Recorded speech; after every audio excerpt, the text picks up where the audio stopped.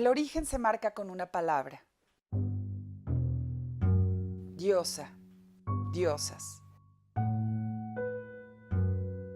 Centro del poder representado en la tierra, ciclos que permiten a la humanidad acunarse y contar la historia.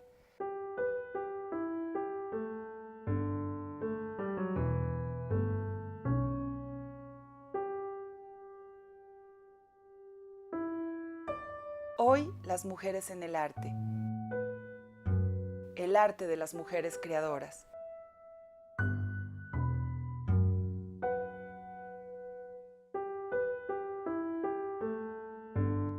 Esto es Gabinete de las Curiosidades, el espacio de las maravillas.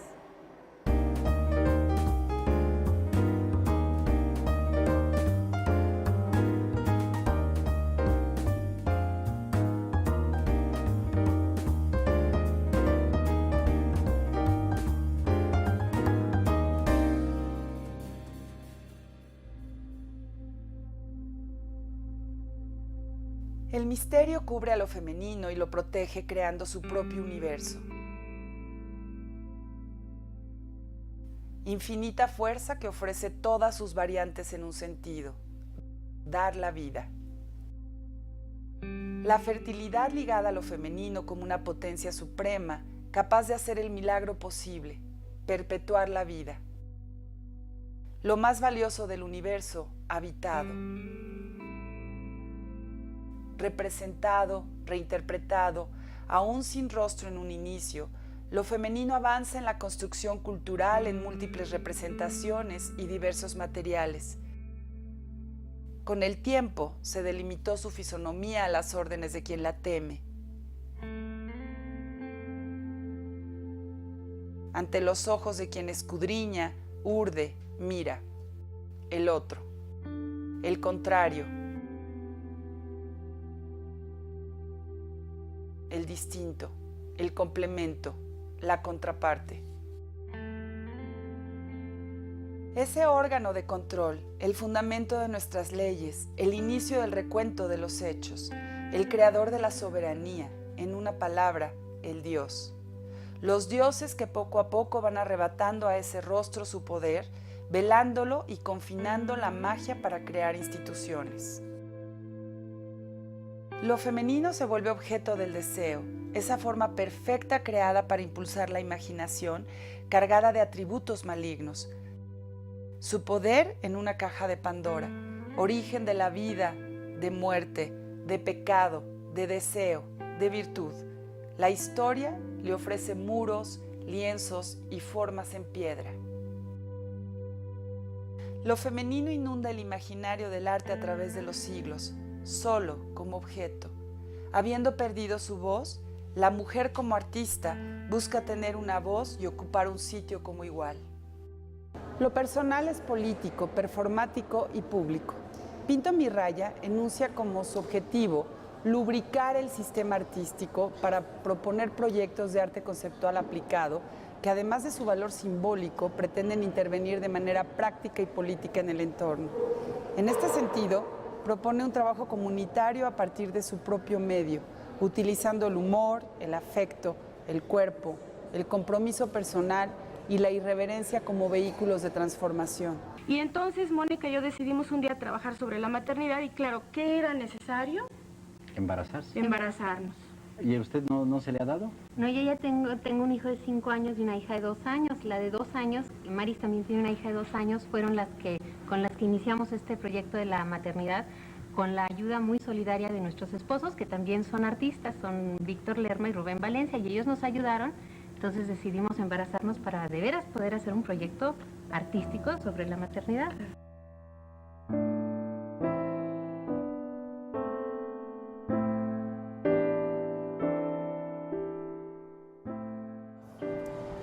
Mónica Mayer, si tiene dudas, pregunte. Y es una exposición que hace una retrospectiva de tu trabajo, pero al mismo tiempo nos da la posibilidad de activar una cantidad enorme de proyectos que tú has desarrollado a lo largo de tu carrera y que hoy tienen una vigencia y una actualidad asombrosa.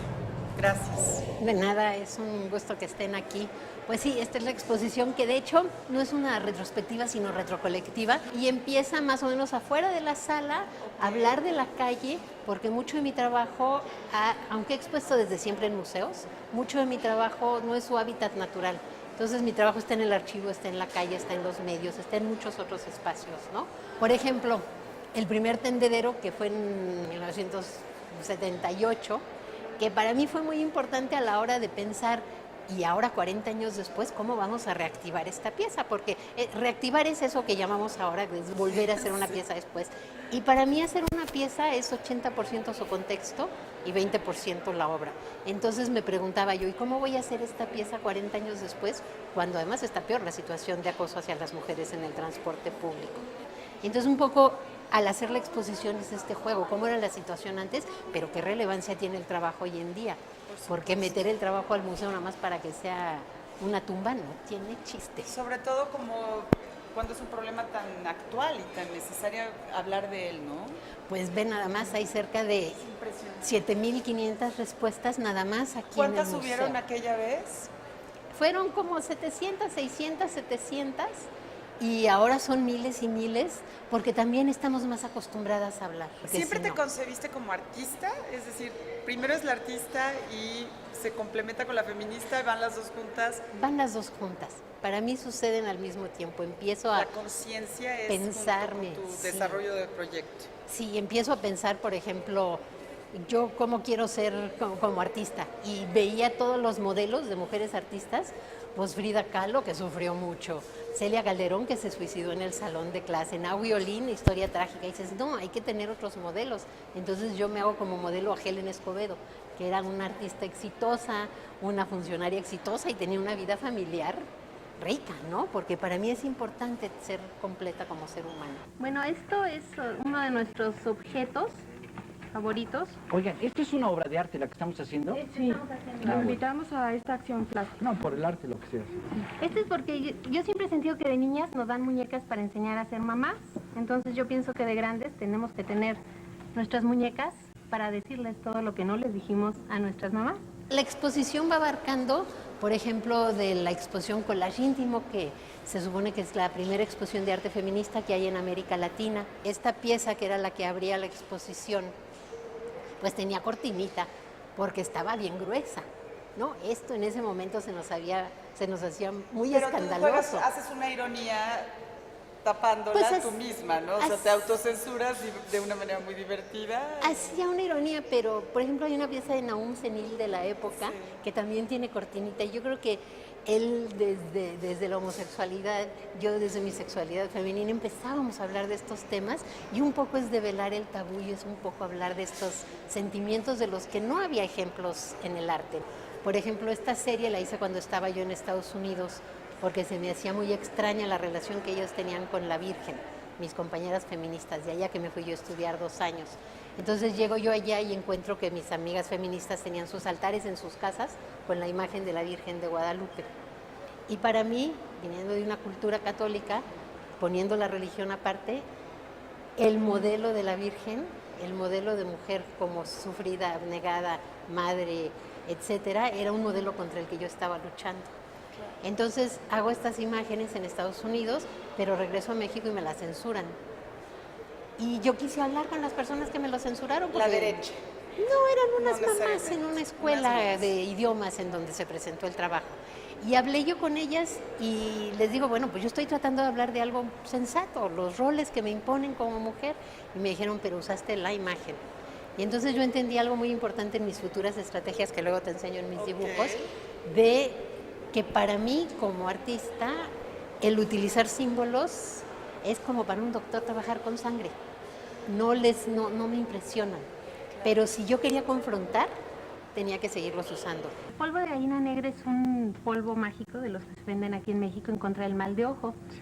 Nosotros en un principio pensamos que es difícil ser mujeres en este mundo, es difícil ser artistas, es difícil ser mujeres artistas, pero mujeres artistas y feministas es dificilísimo. Entonces dijimos, pues un nombre como el polvo de gallina negra ya nos evita el mal de ojo de donde venga y estamos protegidas. Y la pieza, te digo, era en la calle y además se publicaba, la receta se publicó en varios medios. Entonces el trabajo no ha estado nada más guardado en el museo, sino que ha estado a veces disfrazado de publicación, a veces como performance, etcétera, ¿no? Venimos en pleno el grupo, porque además somos las dos las únicas miembros del grupo, decidimos que había por ahí algunos hombres muy interesantes, con carisma, etcétera, y que merecían el honor de saber lo que es ser madres por un día. Por saber qué se siente. Mire, no sé si se voltea para... Aquí le traemos unas pildoritas, porque claro, como en su caso es la primera vez que está en estas situaciones, le trajimos unas pildoritas, aquí dice, para que le den antojos, porque lo normal es que a usted no le darían, necesitamos producirlas. Esta es una pieza que me gusta mucho, de las más recientes, que es a partir de trabajar en el archivo, que me metí a trabajar con el archivo de Ana Victoria Jiménez, que es una feminista, y en función de ver las fotos de las primeras manifestaciones nos planteábamos, ¿y hoy qué hacemos con la maternidad? En la Ciudad de México ya el aborto es libre y gratuito, que era la consigna en ese momento. Entonces, a partir de un trabajo colectivo, entre muchas hablamos de qué era para nosotras una maternidad secuestrada, que puede ser desde una niña de 13 años que se embaraza porque no tiene educación, hasta las maternidades secuestradas, que son los desaparecidos. En este rango están todos los problemas económicos, las mujeres que se tienen que venir a la ciudad y dejan a sus hijos para poder mantenerlos, los que tenemos que tener 3 chambas para poder mantener el hogar, en fin, todas las distintas problemáticas, las chavas que tienen esta presión horrible de sus familias de que ya vas a tener hijo, y si no tienes hijos no eres una mujer completa. En fin, acabamos haciendo un performance que fue una manifestación en la que cada quien llevaba sus distintas consignas.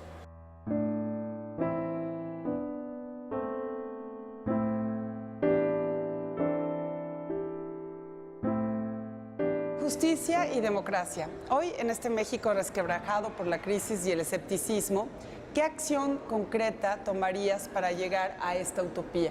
Esa es la conclusión de Mónica Mayer, que no solamente nos hace reír, nos hace pensar y nos hace reflexionar, sino además tiene esta genial ocurrencia al final que nos hace entender qué está pasando en México con el FONCA. Y sin el FONCA, yo hago siempre lo que quiero. ¡Yes! Genial, Mónica. El verdadero conocimiento, el de la intuición, el revelado, siempre rondará por el universo de lo femenino. Encontrará algún espacio para manifestarse. Desde la Tierra hasta la más compleja cosmogonía, encontraremos la impronta de los seres que han sabido forjar en el espacio con un arma que todos los días les es arrebatada, el tiempo. Lo mismo usando su cuerpo para mostrar su fragilidad y fortaleza, deformando su rostro para clamar el poder que le robaron, la lucha de cada artista nos recuerda la fuerza y la presencia que cada una de nosotras, como mujeres, tenemos hoy en lo político. Mónica Mayer logra manifestar este eco que son las voces de las mujeres.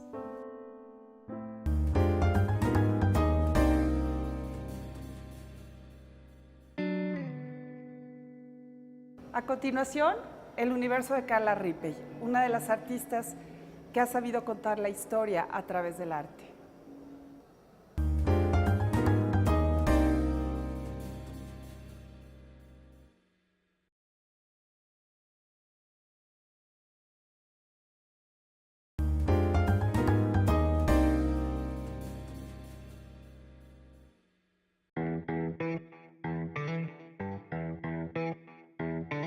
El poder de lo femenino en cada esbozo, en grandes campos donde los temas redimen a la tradición pictórica. La tradición figurativa revive en una voz contemporánea.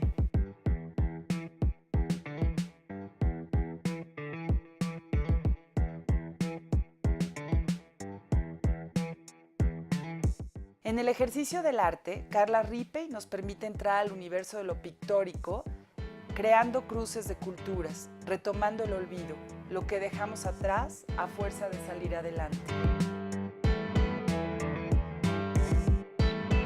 La exposición de Carla Rippey fue un reto realmente.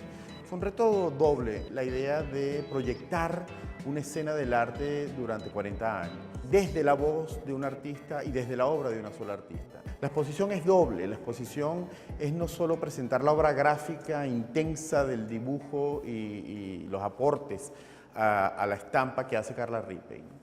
La exposición también era un retrato de su vida en México, desde su llegada tras el golpe de Estado a Salvador Allende en Santiago de Chile, y cómo desarrolló este trabajo tan intenso, tan poético, tan a contracorriente de lo que estaba sucediendo en el México desde los años 70 hasta nuestros días.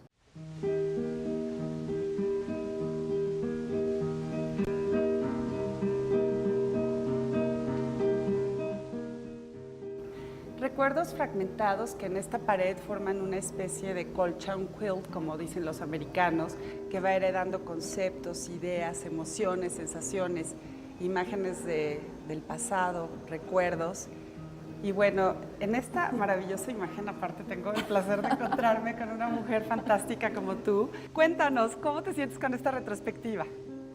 Bueno, ayudan muchas cosas, como uno empieza como crear una coherencia de lo que son muchos años de trabajo, ¿no? Claro. Y claro que quedan piezas afuera y luego están piezas que uno piensa, ¿por qué metí eso? Pero en general creo que es una buena selección, y tuve la suerte de trabajar con un curador, Carlos Palacios, que entiende muy bien mi obra, y entonces pudo hacer un montaje bastante apropiado. Y empezamos por esta, que es una obra de una potencia increíble, pero al mismo tiempo una fragmentación de una cantidad enorme de piezas y de sensaciones también del pasado. Esto ha llegado a ser una especie de quilt o colcha, que es totalmente de mi herencia cultural, porque la pieza tenía la idea de trabajar sobre la migración, conectar mi historia como migrante, mi familia como migrantes, con la historia de México. Digo, la inmigración no se inventó en la frontera de México con Estados Unidos, claro. Es la historia de la humanidad. Entonces empecé en la pradera de Estados Unidos, ajá, en fines del siglo XIX, cuando mis antepasados fueron para allá y se fincaron. Y luego bajé a Texas, y ahí sí me concentré mucho en la presencia mexicana en Texas. Y esto ya fue en la época de la Revolución. Entonces hay muchas escenas de guerra. Por ejemplo, es mi segundo dibujo grande. México 82. Sí. No, el primer grande que no fue en papel albanene, que fue. Okay. Entonces ahí empecé a experimentar con desgrafiar y borrar. Entonces ya ven, aquí empecé a usar la goma tanto como el lápiz, que es típico de mi obra. Hay cuadros, dibujos en que estoy usando la goma para borrar, y hay otros ejercicios como que son reproducciones de trabajo que hice con thinner y estopa sobre revistas. Entonces, como cambiaba la imagen, me apropiaba de la imagen de esa forma.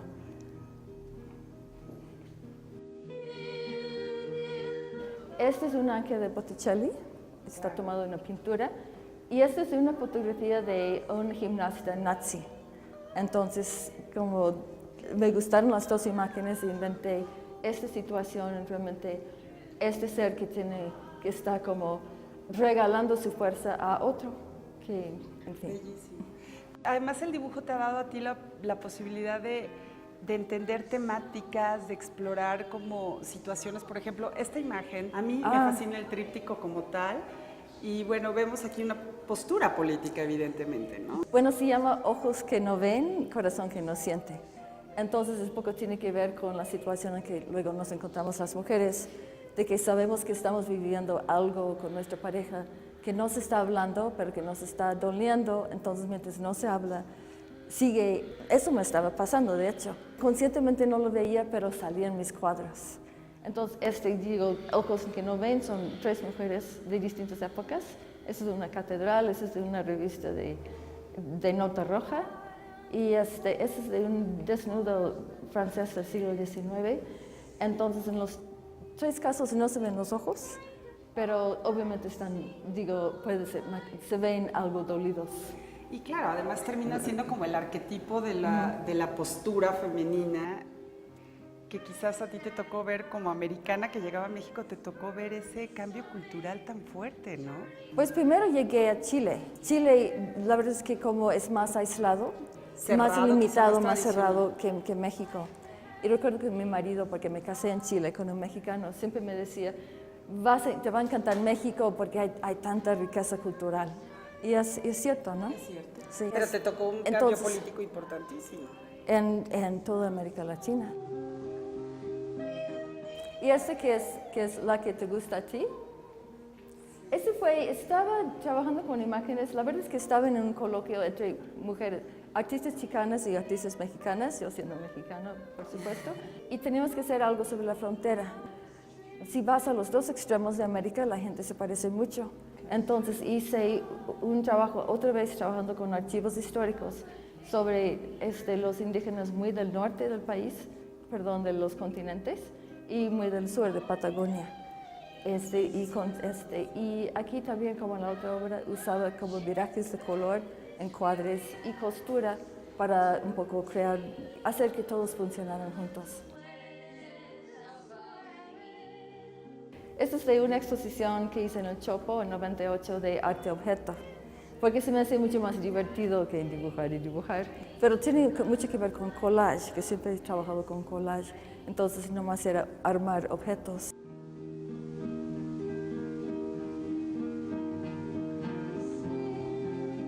Esta obra realmente es un círculo, nomás que es muy difícil exponerlo en círculo. Y estaba trabajando con un asunto de género, cómo se proyectan las niñas, Hello Kitty, y cómo se proyectan los niños, el ninja. Entonces, por el lado de los hombres es como esa cosa dark, de exponer tu cuerpo, esconder tu cara. Y por el lado de las niñas hay una cosa como frágil, elegante, blanco, bla, bla, bla. Pero hay un momento en que empieza a confundirse, como en con las máscaras terribles de estas niñas. Aquí se esconden las caras y acá, de repente tienes Darth Vader con tutú. Entonces es como... La posmodernidad en pleno. Es como el asunto de género de hoy en día. Aunque no lo hice pensando en eso, más o menos las cosas van surgiendo de las imágenes que voy seleccionando. Pero realmente es un proceso medio inconsciente. Digo, no lo pienso bien de antemano. Y me encantó. Es como... Se llama Choose Your Weapon, catálogo de objetos peligrosos. Entonces ves que la primera imagen siendo un gancho, el último una cruz, empiezan enganchándote y terminan crucificándote. Sí. Es muy impresionante. Y hice esta obra hace unos años, es que quería renovar mi iconografía, entonces empecé a bajar imágenes de internet.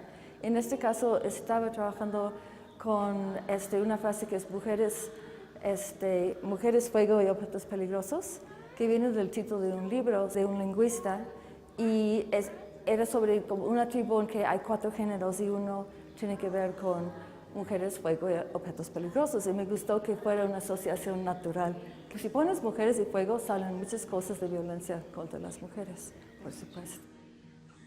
Es un tema que te preocupa como a todas las mujeres y como nos tiene que preocupar a toda la sociedad. No es que me preocupe, más bien sale de forma natural sin que lo piense, luego en la temática que escojo.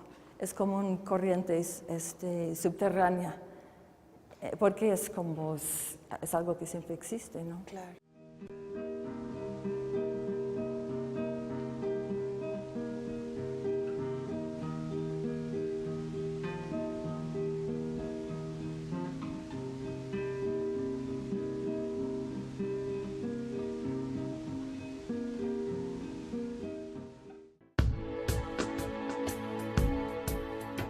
Seres inacabados, en continuo proceso, dispuestas a construir un nuevo horizonte en el arte, cada día, todos los días, apropiándose del universo y volviéndolo forma, unidad, triunfo de lo femenino, diosas.